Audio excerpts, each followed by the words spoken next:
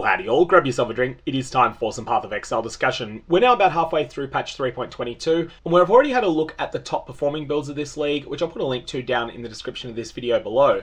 I wanted to take a look at some ideas for mid or late league build ideas that are on off-meta Ascendancies. So we're going to be having a look at Ascendancies that aren't tearing up the game at the moment, and looking at builds that are very solid on those Ascendancies.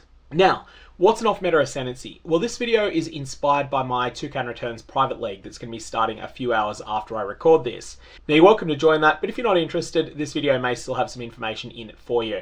In that private league, we have a rule that we're asking players to either use the least popular Ascendancy for their chosen base class. So for instance, if you choose to go the Shadow, then that means the least popular Ascendancy on that is the Assassin. Or as an alternative, you can go one of the two Ascendancies that were overhauled in patch 3.22. Now for the Guardian, it fits both categories, but for the Chieftain, the Berserker is a little bit less popular, and so that means that in my private league, the Berserker and Chieftain are both options. Those will be the Ascendancies that we're discussing in this video. Now these will just be short descriptions of the key skeleton around which the build coalesces, rather than an in-depth discussion of every interaction that makes the build tick, or links to full POBs. That said, you'll be able to find POBs for all of these, and we'll discuss how you do that at the end. So the list of Ascendancies here is the Chieftain, the Berserker, the Guardian, the Necromancer, the Assassin, the Raider, the Gladiator, and the Ascendant. I'm going to skip over the Ascendant because it's such a versatile Ascendancy that you can build pretty much anything you want on it, but there'll be at least one build idea for every other Ascendancy in that list. So the first one is what I've been playing in Ancestor softcore. This is Righteous Fire played on a Chieftain skeleton rather than the popular Juggernaut, or the popular Inquisitor, or the niche but very good Elementalist. Chieftain was overhauled comprehensively in patch 3.22. It's a completely different Ascendancy to what it used to be. It has new strengths and new weaknesses, and these strengths line up pretty well with what Righteous Fire is trying to do. Righteous Fire will do most of the trash killing on these builds, but for tougher targets you will want to use an auxiliary skill. This can be Fire Trap, that's the most popular option. It can also be Phantasmal Searing Bond, which is what I'm using. And Chieftain gets incredibly good explosions and can spec into Ignite easily, allowing those explosions to set off devastating chain reactions. Now I have a forum guide, which I'll put a link to down in the description below for the Searing Bond version of this build, and there is also a guide by Pox for the Fire Trap standard version as well, so those will be some starting points to plan your mid-league build around. When it comes to bow builds, the Deadeye is dominant in Trade League, and it's probably a few percent better than the Raider, but the Raider has its own unique strengths. Mostly the Raider Ascendancy is fast, with a high move speed built in, high evasion, and built-in suppression. Ultimately, the Raider performs incredibly well on low-end gear. This combination of mechanics makes the Raider tankier than you might expect. It's certainly no Juggernaut, but it can definitely survive a fair bit more punishment than you might think. Raider works best with bow builds that are not projectile-based, but are instead AoE-based. Examples of this, Rain of Arrows, Toxic Rain, but there's plenty of others as well. Your next option is to consider minions, and this is actually not just for the Necromancer, but this is also for the Guardian Ascendancy as well. Both of these are fantastic shells for Summon Raging Spirits, which is arguably the strongest of the minion builds at the moment, with the Guardian's incredible aura minions shining the brightest there. Even at League Start, the Necromancer version tends to favour poison, and the Guardian absolutely always goes for instant application elemental damage. You aren't limited to Summon Raging Spirits either. Just because it's the most popular doesn't mean it's the correct one for you. You can use Absolution, Dominating Blow, Summon Skeletons, or Summon Skeletons in conjunction with the unique dual Dead Reckoning to get Skeleton Mages. There's plenty of options that are available to you here if you want to go with a minion themed build. And like I say, this works for both the Necromancer and also for the Guardian. The next option is the Icicle Mine Assassin. Now this build really wants a couple of uniques to get rolling, and some of these are not very common. So Void Battery times 2, Heat Shiver, and 1 Badge of the Brotherhood is the usual package you're going to want in order to make this truly shine. But this is a build that can clear reasonably difficult maps even before you have those powerful uniques. And once you've got them, it's pretty incredible at punching your way through Delirium enhanced content. It's not the tankiest build in the world, but it is definitely something that has a lot of damage application, and also has a very variable amount of delay between you pressing Detonate Mines and monsters starting to explode. This is a really good setup for Delirium as a result.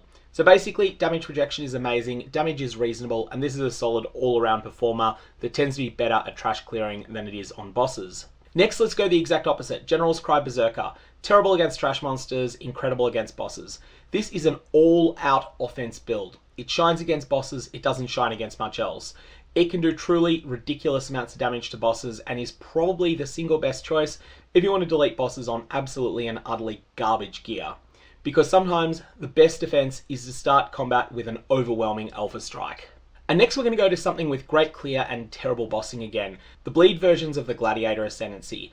Gladiator bleed has fallen a long way from its glory days when it used to be one of the most popular league starters, but it's still a very functional build, and you can play it as Lacerate or you can play it as a bleed bow Gladiator. They're both very strong at clearing maps.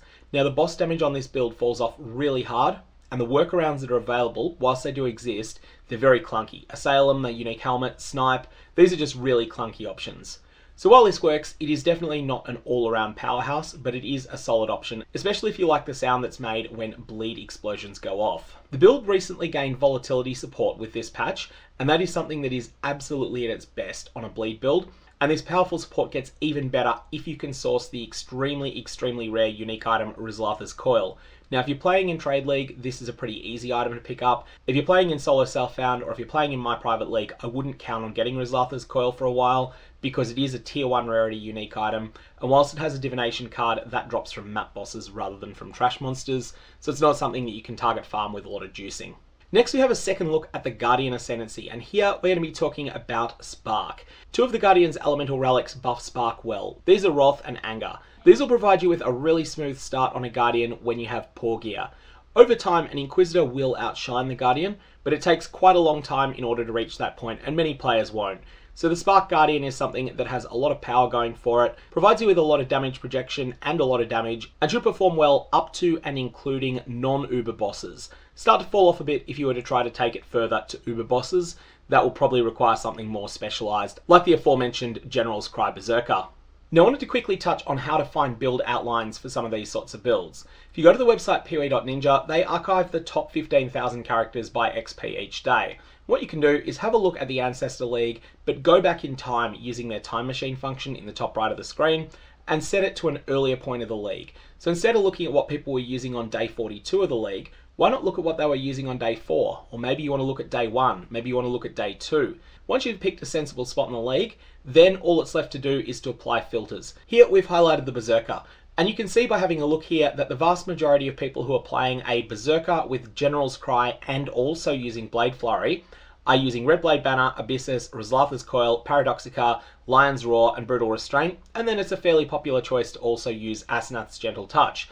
So you get a whole lot of information there. Then you can drill down further by excluding options you're explicitly not interested in. For example, you might decide you're not interested in anything that is using Ichimonji. Maybe you don't think you can get that item.